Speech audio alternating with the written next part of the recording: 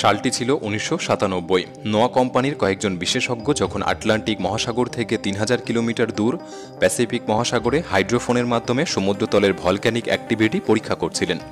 এই hydrophone technology এমনই একটি প্রযুক্তি যার মাধ্যমে সমুদ্রতলে তৈরি হওয়া যে কোনো রহস্যজনক শব্দ শোনা যায় এবং সেই শব্দ রেকর্ড করা যায়। ১৯৯৭ সালের ওই দিন বিশেষজ্ঞরা সমুদ্রতল থেকে যে শব্দ রেকর্ড করেছিল তা ওনাদের ধারণার চেয়েও অনেক বেশি ভয়ানক ছিল। বিশেষজ্ঞরা এর আগে তাদের কর্মজীবনে এরকম শব্দ কোনোদিনও শোনেনি, যে কারণে ওই স্থানে থাকা সমস্ত বিশেষজ্ঞ দুশ্চিন্তা এবং ভয়ানকভাবে অবসাদগ্রস্ত হয়ে পড়েন। এই শব্দ শুধুমাত্র ভয়ানক ছিল না, এই শব্দের মধ্যে এক অদ্ভুত ভিন্নতা ছিল যা সমুদ্রের অন্য স্থান থেকে রেকর্ড হওয়া শব্দ থেকে সম্পূর্ণ আলাদা করে তুলেছিল, যে কারণে এই শব্দের নাম দি ব্লুপ দেওয়া হয়।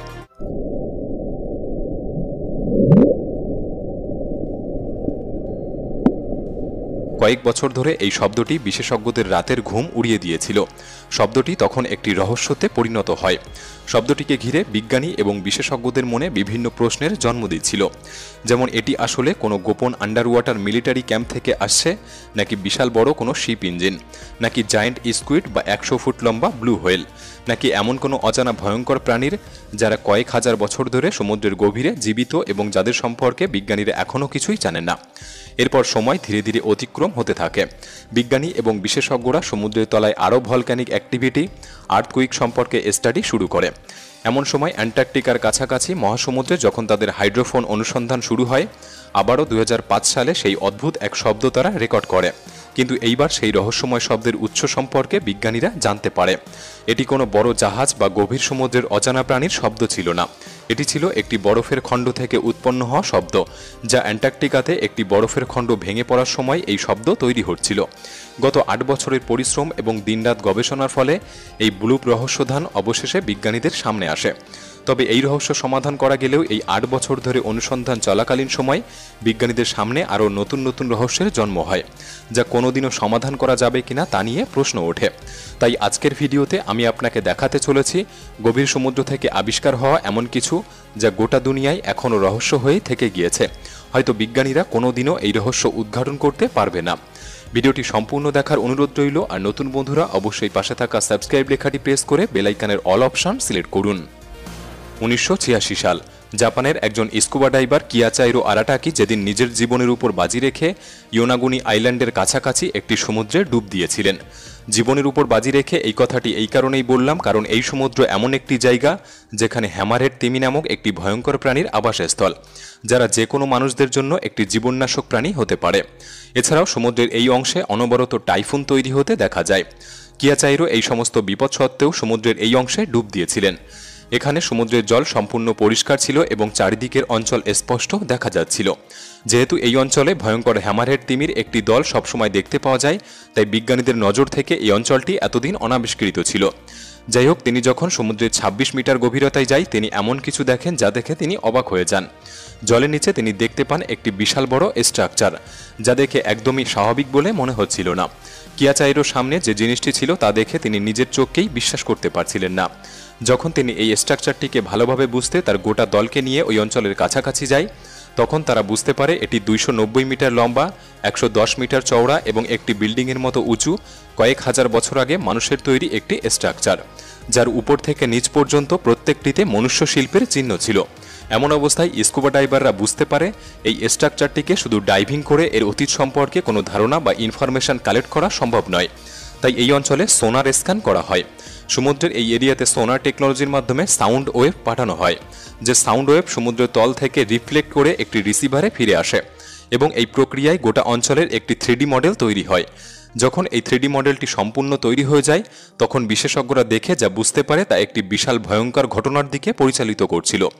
এটি কয়েক হাজার বছর আগে মানুষের দ্বারা তৈরি একটি বিলাসবহুল এবং উন্নত প্রযুক্তির স্ট্রাকচার ছিল, যা দেখে মনে হচ্ছিল এটি একটি মহল এবং এই মহলের মধ্যে যাওয়ার জন্য একটি বিশাল বড় রাস্তা ছিল, যা হয়তো সেই সময়কার মেন গেট ছিল এবং এই স্ট্রাকচারের পাশগুলিতে উপরে যাওয়ার জন্য সিঁড়িও তৈরি করা ছিল। এছাড়াও এমন কিছু স্থাপত্য শিল্পের ছাপ ছিল যা দেখে মনে হচ্ছিল ওই সময়কার মানুষেরা প্রযুক্তিগতভাবে অনেক উন্নত ছিল, কারণ এটি দেখে মনে হচ্ছিল এই গোটা স্ট্রাকচারটিকে আলাদা আলাদা কোনো পাথর দিয়ে তৈরি করা হয়নি, বরং একটি গোটা পাথরকে কেটে এই স্ট্রাকচারটিকে তৈরি করা হয়েছিল। এই পাথর থেকে পাওয়া আর্টিফ্যাক্ট যখন কার্বন ডেটিং করা হয় তখন জানা যায় এই স্ট্রাকচারটি আজ থেকে প্রায় 10,000 বছরের পুরনো। সেই সময় এই অঞ্চলে মেসোপটেমিয়া সভ্যতা ছিল, যাদেরকে এই অঞ্চলের সবথেকে পুরনো সভ্যতার মানুষ হিসাবে মনে করা হয়।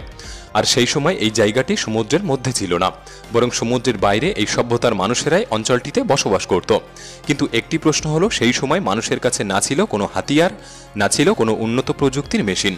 তাহলে এই স্ট্রাকচারটিকে কিভাবে এবং কারা তৈরি করেছিল, অথবা সেই সময় এখানে কারা বসবাস করত এবং তাদের সাথে কি এমন ঘটেছিল যে আজ তাদের এই শহরের অংশ জলের নিচে ডুবে গিয়েছে? এবং যদিও বা কেউ এই স্ট্রাকচারটিকে নিজের হাতে তৈরি করেই থাকবে, তাহলে কেন তার নাম ইতিহাসের পাতা থেকে মুছে গিয়েছে? এই প্রশ্নের উত্তর আজও গোটা পৃথিবীর মানুষের কাছে রহস্য হয়েই থেকে গিয়েছে। 19বিংশ শতাব্দীর শেষ অর্থাৎ 1900 সালের শুরুতে অ্যান্টিক্যাথেরা আইল্যান্ডের কাছাকাছি একটি সমুদ্রে 55 মিটার গভীরে স্কুবা ডাইভারদের একটি দল বহু বছরের একটি পুরনো অ্যানসিয়েন্ট জাহাজের ধ্বংসাবশেষ খুঁজে পায়। এই জাহাজটি আজ থেকে প্রায় 2000 বছর আগে অ্যানসিয়েন্ট গ্রিসদের আমলে সমুদ্রে ডুবে গিয়েছিল এবং তখন থেকে আজ পর্যন্ত এই ধ্বংসাবশেষ সমুদ্রের নিচে ডুবে রয়েছে।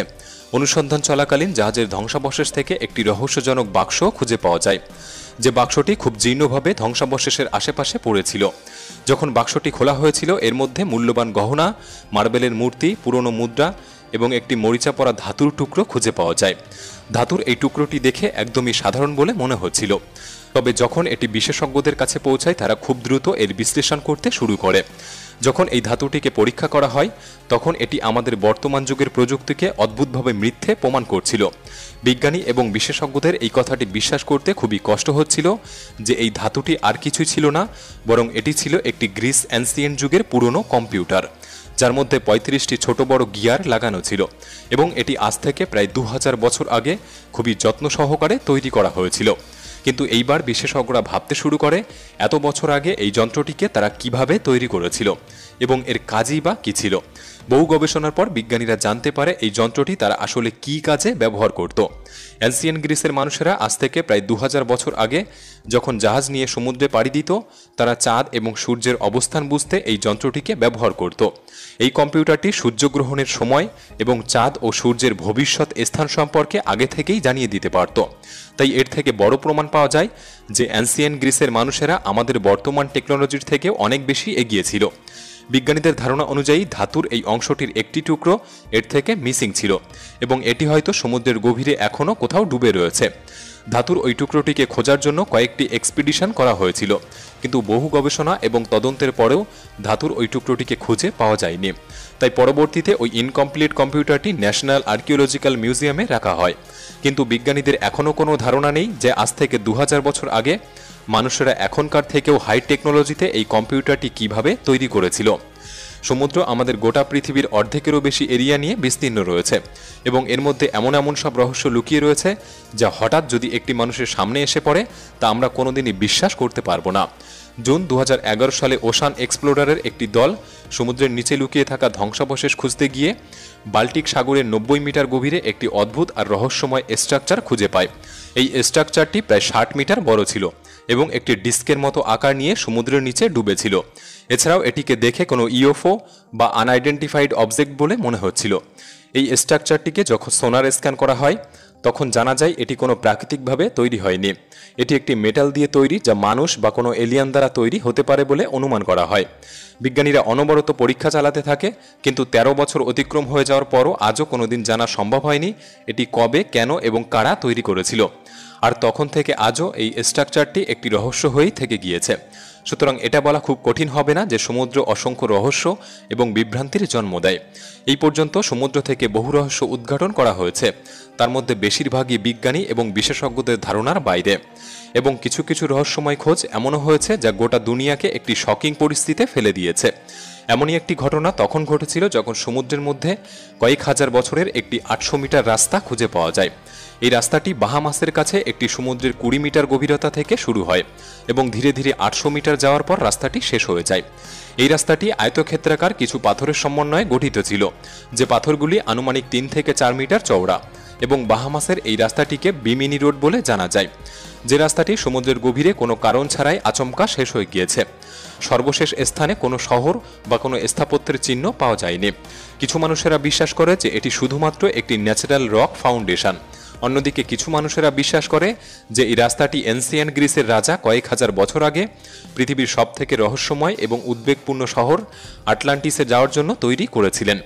বিজ্ঞানী এবং গবেষকরা মনে করে এই রাস্তাটি আজ থেকে প্রায় 1900 থেকে 2000 বছর আগে সমুদ্রের নিচে তৈরি করা হয়েছিল, যে সময়টি ছিল অ্যানসিয়েন্ট গ্রিক মানুষদের। কিন্তু কেন এবং কোন উদ্দেশ্যে রাস্তাটি তৈরি করা হয়েছিল, বা যখন রাস্তাটি তৈরি করা হয় এটি স্থলভূমিতে ছিল কিনা, এই সম্পর্কে এখনও মানুষের মনে রহস্যের সঞ্চার করে। আপনি যদি এরকম ভিডিওর একটি সংমিশ্রণে পার্ট 2 দেখতে চান তাহলে আমাদের কমেন্ট বক্সে জানাতে পারেন। আজকের এই ভিডিওটি কেমন লাগলো কমেন্টে জানান, এবং ভালো লাগলে একটি লাইক করতে পারেন। তাহলে দেখা হচ্ছে পরবর্তী নতুন একটি এপিসোডে। ধন্যবাদ।